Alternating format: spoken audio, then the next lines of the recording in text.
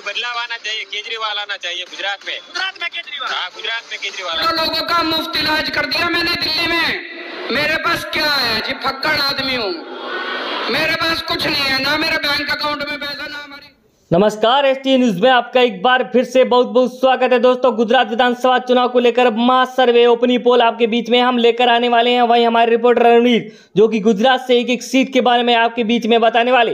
दोस्तों, अगर आप गुजरात से हैं तो कमेंट बॉक्स में जरूर बताएं कि गुजरात में आपके यहाँ कौन जीतता दिखाई दे रहा है, क्योंकि इस बार त्रिकोणीय मुकाबले में आम आदमी पार्टी, बीजेपी और कांग्रेस के बीच में टक्कर होती हुई नजर आ रही है। वहीं दिखा दें कि इस बार गुजरात में केजरीवाल जी और मनीष सिसोदिया जैसे बड़े बड़े नेता यहां पर रैलियां करते हुए नजर आ रहे हैं। वहीं नरेंद्र मोदी जी ने भी रैली की थी। दोस्तों, आपको ले चलते हैं उन माओ ओपनी पोल की ओर, जहां पर एक एक सीट का विवरण दिखा। सबसे पहले पाटन की 4 सीटें, जहां पर बीजेपी को 1 सीट, आम आदमी पार्टी को 3 सीटें, कांग्रेस और अन्य के खाते में 0 सीटें जाती हुई नजर आ रही है।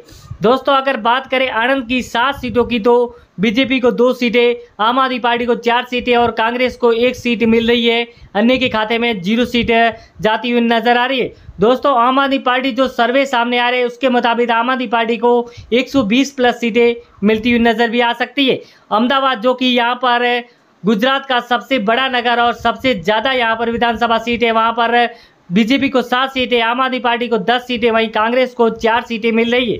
अन्य के खाते में 0 सीटें। अहमदाबाद में यहाँ पर 10 सीटें मिलना एक बड़ी बात है, क्योंकि यहाँ पर आम आदमी पार्टी बहुत बड़ी लीड लेती हुई नजर आ रही है। वहीं खेड़ा की 6 सीटों की बात करें तो बीजेपी को 1 सीट, 4 सीटें मिल रही है आम आदमी पार्टी को, कांग्रेस को 1 सीट और अन्य के खाते में 0 सीटें जाती हुई नजर आ रही है। वहीं अगर अगली सीट बात करें तो यहाँ पर देवभूमि द्वारका, जहाँ पर 2 सीटें हैं, 2 की 2 आम आदमी पार्टी को मिल रही है, कांग्रेस को 0 और बीजेपी को 0 सीट मिल रही है। वहीं अन्य के खाते में 0 सीट जाती हुई नजर आ रही है। दोस्तों, अगर बात करें जूनागढ़ की 5 सीटों की, तो 4 आम आदमी पार्टी और 1 बीजेपी को मिल रही है। अन्य के खाते में 0 और कांग्रेस के खाते में 0 सीटें। दोस्तों, आम आदमी पार्टी को लगभग 120 सीटें मिलने का दावा है सर्वे के मुताबिक, जो कि फलेदो सट्टा बाजार जो कि सबसे बड़ा सट्टा बाजार है, वहां पर आम आदमी पार्टी को 120 प्लस सीटें मिलती हुई नजर आ रही है। वहीं अगर गांधीनगर की 5 सीटों की बात करें तो 1 बीजेपी, 3 आम आदमी पार्टी और 1 कांग्रेस को मिल रही है। अन्य के खाते में 0 सीटें। वहीं अरावली की 3 सीटों की बात करें तो यहाँ पर बीजेपी को 2 सीटें, आम आदमी पार्टी को 1, कांग्रेस को 0 व अन्य के खाते में 0 सीटें जाती हुई नजर आ रही है। दोस्तों, कांग्रेस इस बार सबसे पीछे नजर आ रही है। वहीं साबरकांठा की 4 सीटों की बात करें तो 2 बीजेपी और 2 आम आदमी पार्टी को मिल रही है।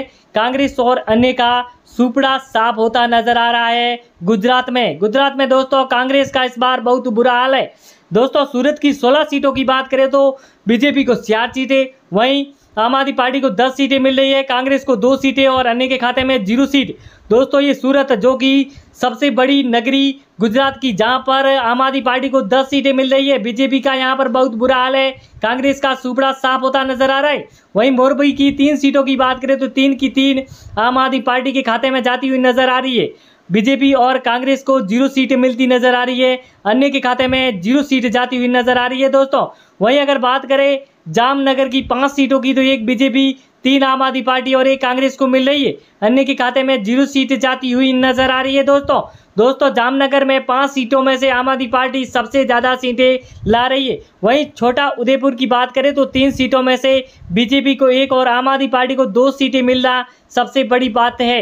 वहीं कांग्रेस और अन्य के खाते में 0 सीटें जाती हुई नजर आ रही है। दोस्तों, वहीं अगर बनासकांठा की 9 सीटों की बात करें तो यहाँ पर बीजेपी को 4 सीटें, आम आदमी पार्टी को 3 सीटें और कांग्रेस को 2 सीटें मिलती हुई नजर आ रही है, क्योंकि यहाँ पर बीजेपी को सबसे ज़्यादा 4 सीटें मिल रही है।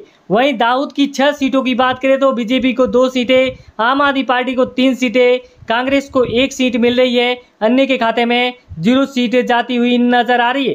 दोस्तों, अगर बात करें यहाँ पर वलसाड की 5 सीटों की, तो बीजेपी को 2 सीटें, आम आदमी पार्टी को 2 सीटें मिल रही है, कांग्रेस को 1 सीट, अन्य के खाते में 0 सीट जाती हुई नजर आ रही है। दोस्तों, यहाँ पर बीजेपी और आम आदमी पार्टी की टक्कर दिखाई दे रही है। वहीं राजकोट की 8 सीटों की बात करें तो 3 बीजेपी, 4 आम आदमी पार्टी और 1 कांग्रेस को मिल रही है, अन्य के खाते में 0 सीटें जाती हुई नजर आ रही है। दोस्तों, आम आदमी पार्टी सबसे बड़ी पार्टी बनती हुई नजर आ रही है। भरूच की 5 सीटों की बात करें तो यहाँ पर 3 बीजेपी और आम आदमी पार्टी को 0 सीट मिल रही है यहाँ पर। वहीं कांग्रेस को 2 सीटें मिलती हुई नजर आ रही है, अन्य के खाते में 0 सीट है। दोस्तों भरूच में यहाँ पर आम आदमी पार्टी को कम मतलब 0 सीट मिलना एक बड़ी बात है। वहीं सुरेंद्रनगर की बात करें 5 सीटों की तो 2 बीजेपी, 2 आम आदमी पार्टी और 1 कांग्रेस को मिल रही है। यहाँ पर आम आदमी पार्टी और बीजेपी के बीच में टक्कर दिखाई दे रही है।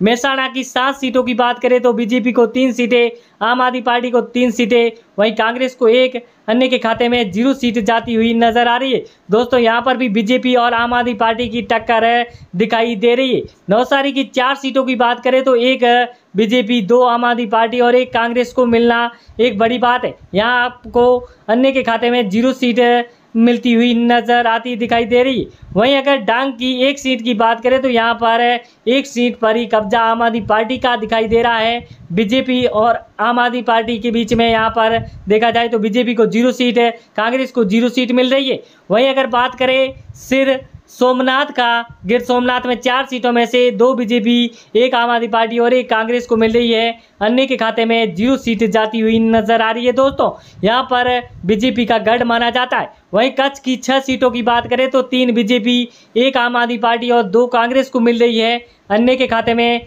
0 सीट जाती हुई नजर आ रही है। दोस्तों यहाँ पर भी बीजेपी बहुत आगे दिखाई दे रही है।